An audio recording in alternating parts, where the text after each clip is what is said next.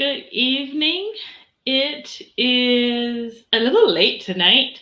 I was going to go live earlier today with the today's selection, but there was an interruption and that took priority. So here I am.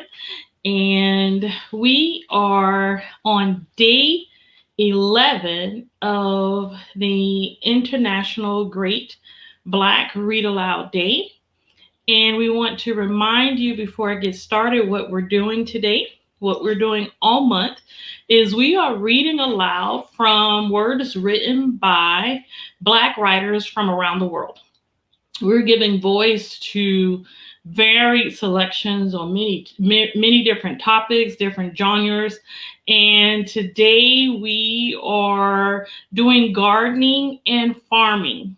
And we just want to, we're just covering different topics. We're giving voice to things written by Black people.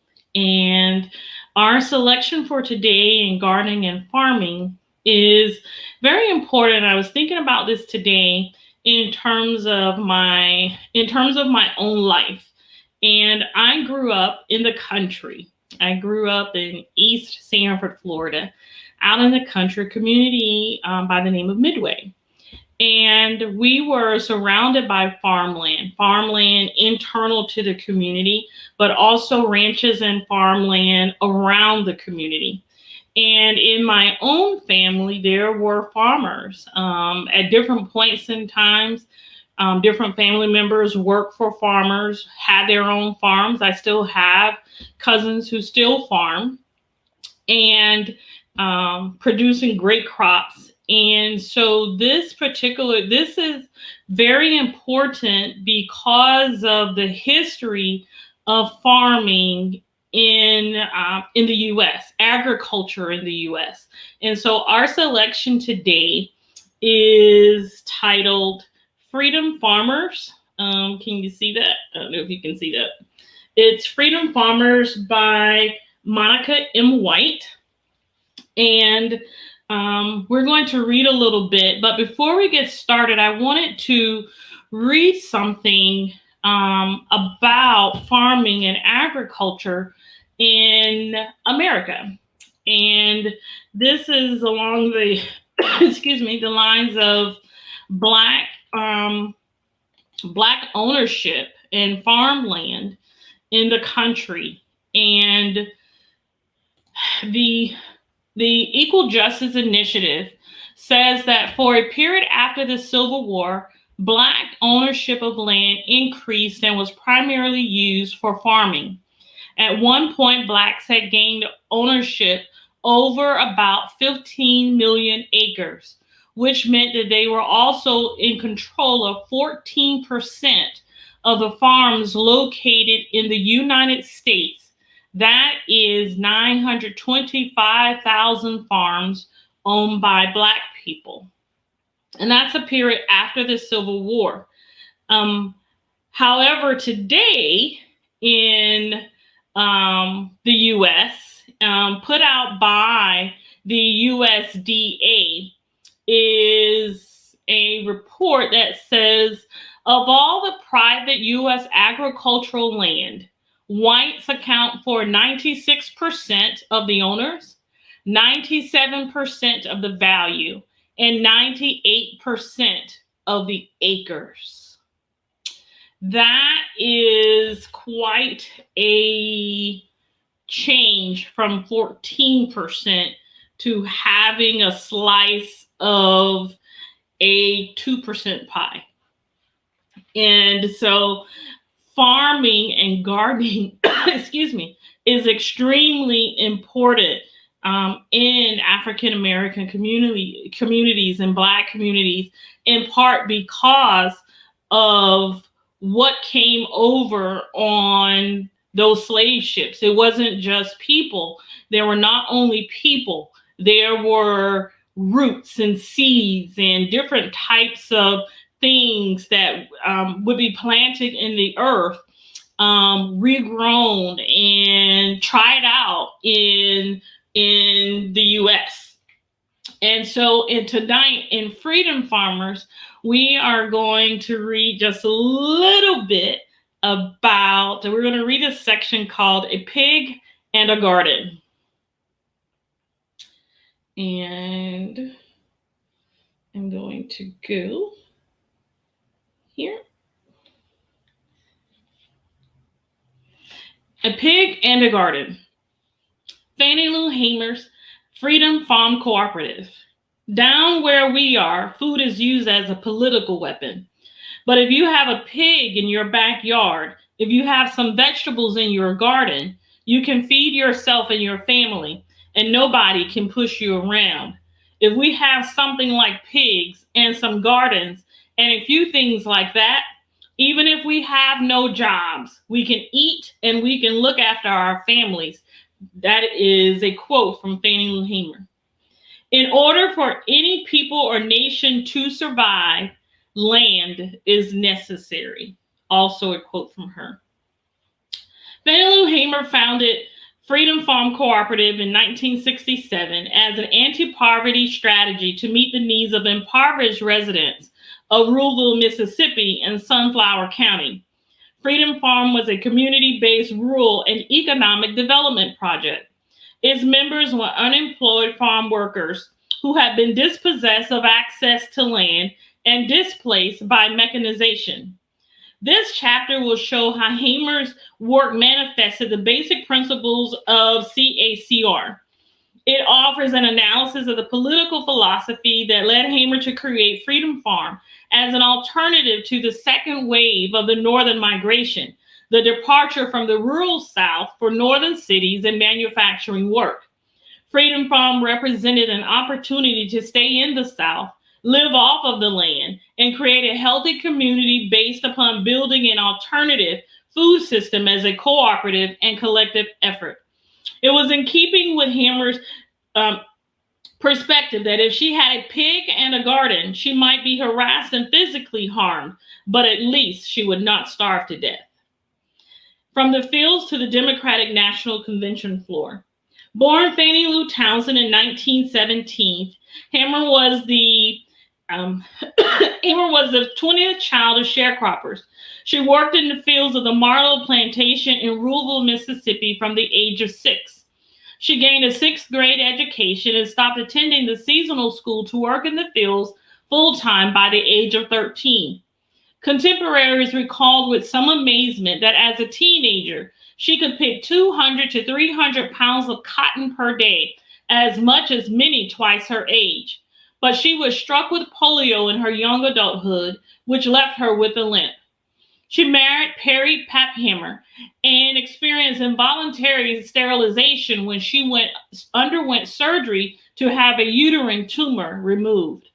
The state of Mississippi endorsed such acts of violence as a means to curtail the rates of African American births. While she and Pap adopted 3 daughters over the course of their long marriage, she never forgave the state of Mississippi for her forced sterilization, referring to it caustically as a Mississippi appendectomy.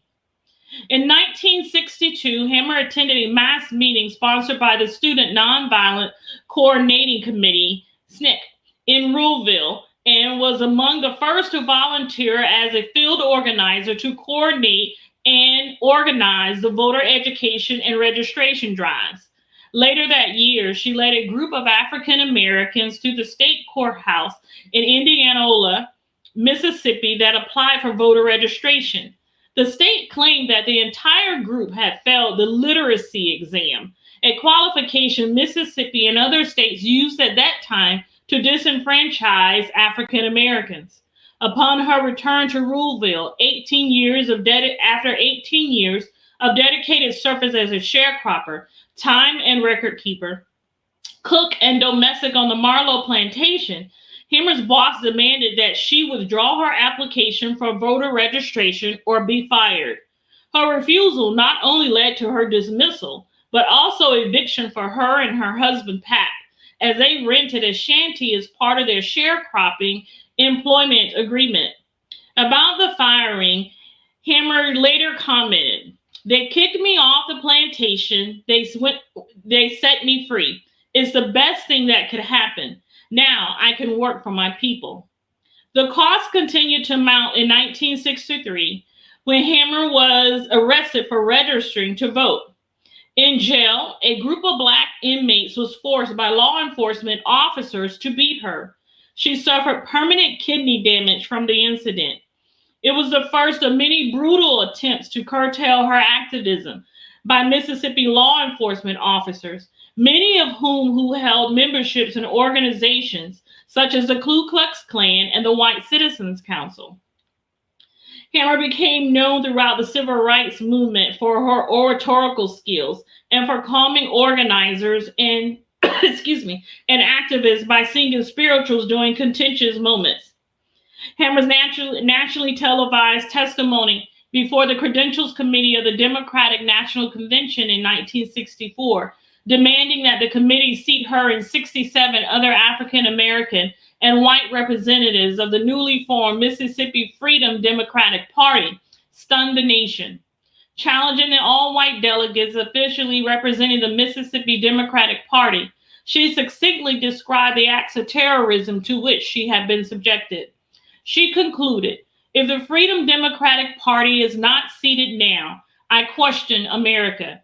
Is this America, the land of the free and the home of the brave, where we have to sleep with our telephones off of the hooks because our lives be threatened daily because we want to live as decent human beings in America? President Lyndon Johnson called an emergency televised press conference to divert the nation's attention from Hammer, but his efforts backfired. The video recording of Hammer's powerful testimony was replayed several times throughout the convention and formed part of the backdrop to the long and contentious process leading to the passage of the Voting Rights Act of 1965.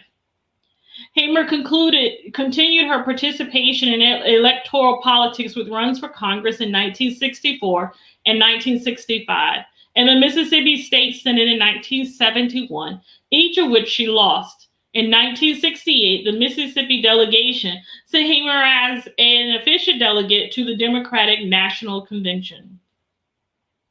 Hammer presumably chose Sunflower County as a site of FFC because it was home where she had connections and relationships of trust. There was also dire need there. If Mississippi sought to starve Black residents into compliance with the racial hierarchy, it was succeeding in Sunflower County. The county's rates of malnutrition, type 2 diabetes, hypertension, and other diet-related illnesses were among the highest in the nation. As elsewhere in the Jim Crow South, the state routinely denied impoverished African Americans public assistance and social services. Opportunities for employment were scant. Sunflower County's Black population had the highest infant mortality rates in the country. When Tufts Medical School opened up a community clinic in 1967 in the neighboring county of Bolivar, a considerable percentage of the residents were diagnosed with conditions related to malnutrition. Most of the prescriptions written by physicians were for food. There was as much food in the pharmacy as there was medicine. The Measure for Measure Financial Support Proposal of 1978 reported.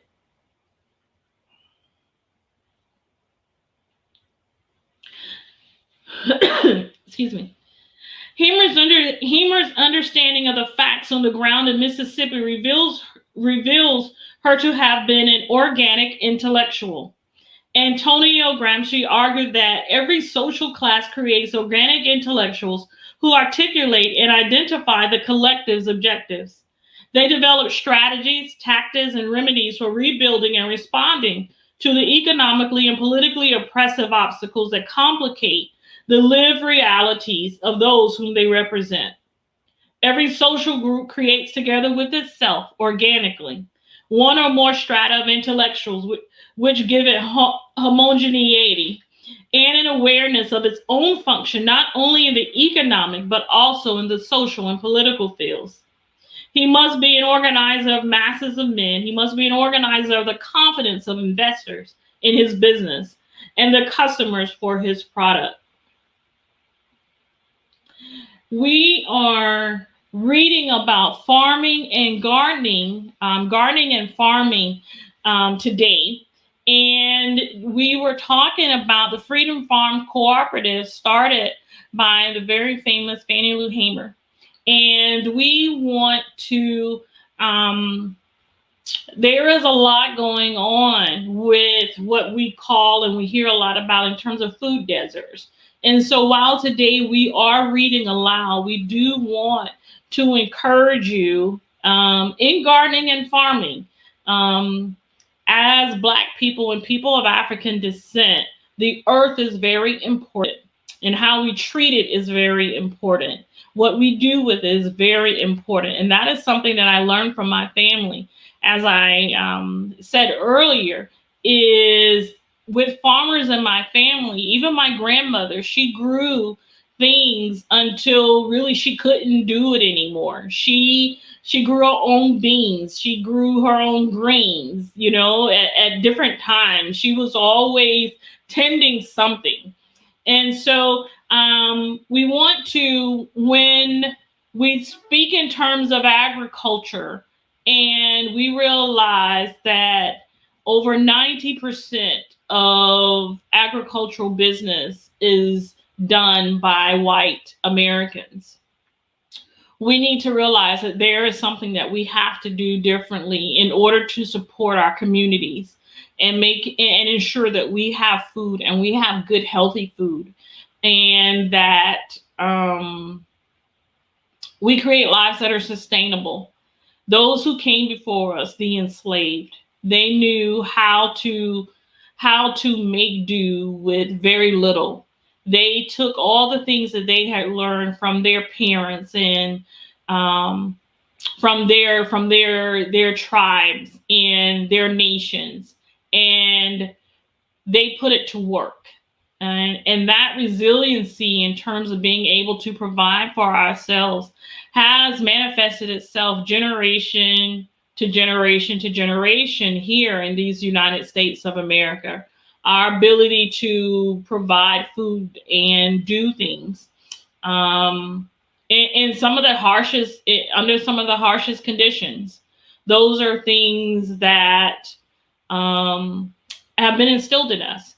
And so when it comes to gardening and farming, you can find different groups online that are helping increase the growth of farming in Black communities, that are helping to sustain farming in Black communities, teaching more and more people about how to grow things in their own yards. I have long wanted and will still do. I like a raised bed garden in my yard, so that there are things that I like to do that I'm able to go out and get those things myself. And we just want to encourage you. I'm going to leave with this incident. I had a friend. I have a friend, and he described a situation that occurred several years ago with someone coming through the community and saying and hanging these things on the trees, saying that they were killing fruit flies, right? And the thing about it is, in the community where I grew up, there was always an abundance of fruit. We didn't have to go anywhere for grapefruit, oranges, lemons, guavas, cherries, all kinds of things. We did not have to go anywhere to get those things. And I happened to be mentioning about, I didn't see as many orange trees or fruit trees as I had seen before. And he shared this story with me about this gentleman that had come to his own father's yard and had previously put up these things. And he told me, he said, it killed all the trees save for a couple. He said they were killing fruit flies, but they actually destroyed all these fruit bearing trees that we had on our property. And I think there is something that drives that. There are efforts that are meant to drive people to purchasing things instead of growing their own things. And so as we just read, if you have a pig in a garden, you can do a lot. You can do a lot. And in my family, having raised a pig, I can tell you can do a lot with a pig. And so we want to encourage you to read. We want to remind you again of what we're doing. And we are in the midst of the International Great Black Read Aloud Day. Every day we are reading a different topic, a different genre. And today was farming and gardening and farming. And tomorrow is historical fiction and nonfiction. We invite you to go to our website, greatblackreadaloudday.org. You can get past readings and things on our YouTube channel and here or on our Facebook channel. We want to let you know that you can subscribe because we will have great Black Read Aloud days throughout the year. We are doing it this month as we are celebrating Black History Month here, and it's being celebrated in other parts, other countries as well. But here in the U.S., we are celebrating Black History Month, and so we are in the midst of giving voice to words written by Black people around the world, different topics, different genres, and we hope that you will join us. Go live, even if you don't want to go live. Record, pick a day, pick a topic, record and upload, and be sure to tag us, the International Great Black Read Aloud Day, or TIGBRAD, TIGBRAD. And we will see you tomorrow for the 12th day, 12 days of the International Great Black Read Aloud Day. Have a good night.